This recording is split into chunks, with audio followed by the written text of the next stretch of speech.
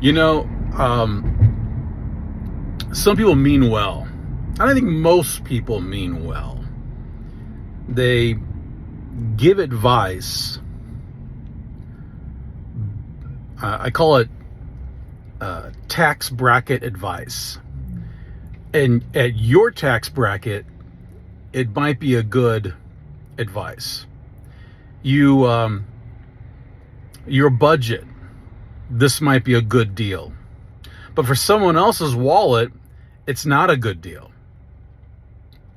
I think even in faith, we have first gear, second gear, third gear, fourth gear, fifth gear, and even, turbocharged, single engine, dual engine, jet engine, whatever your faith level is, you can have advice that's good on your level, but it can be bad on someone else's level.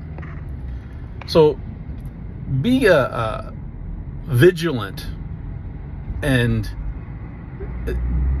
humble enough. Really, it's kind of pride, but it's out of ignorance as well, that you would give somebody advice who's, flying an intercontinental jet, and you're driving your little economical car, and that's where your faith level is, and you're giving advice to somebody who's multiple levels higher than you in Christ or in life, and you're going to tell them, this is what you need to do. I'm going to do it this, and I'm going to do it that way, and you should do it too.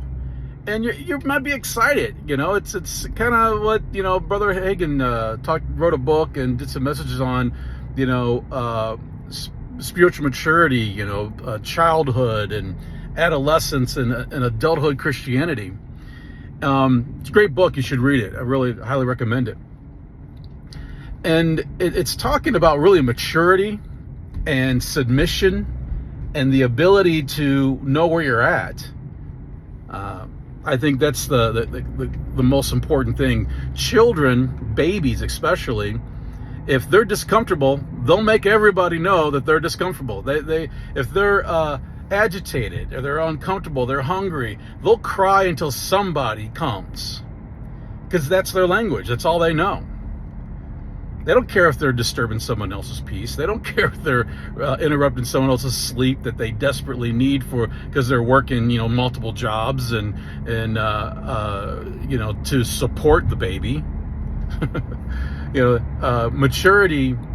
A lot of times, maturity is something that comes the more you are outside of your self-centeredness.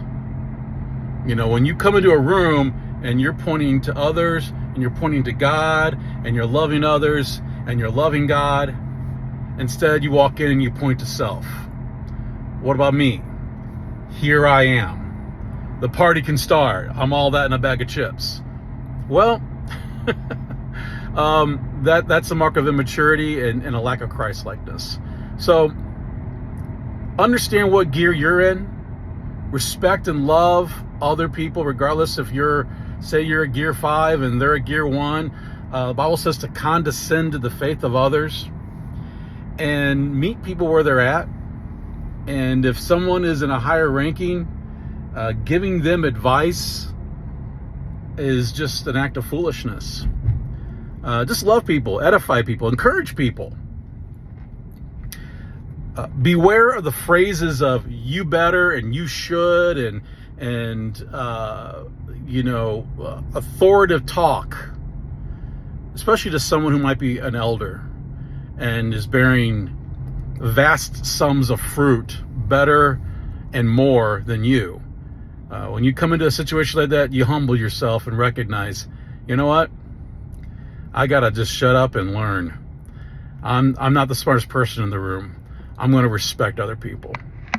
Humility will take you farther, and you'll learn more. You'll go farther in life through authentic godliness. Instead of taking the seat of honor, you take the cheap seats, and you allow other people to invite you up higher. and you'll grow and you'll learn. It'll give you favor. Jesus grew in wisdom and stature in favor of God and man. How? Through humility and honor. He submitted to his parents, and that's how he grew. He submitted to earthly authority, and he grew. And that's a lesson we got to learn for ourselves. Understand what gear you're in, and trust the Lord to increase you and to advance you so that you can fulfill your calling and grow in stature, grow in favor, grow in Christ-likeness, and develop that character.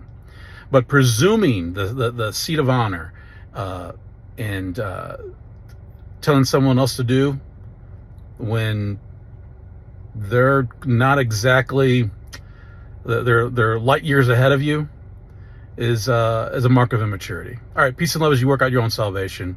Have a blessed day. Ciao.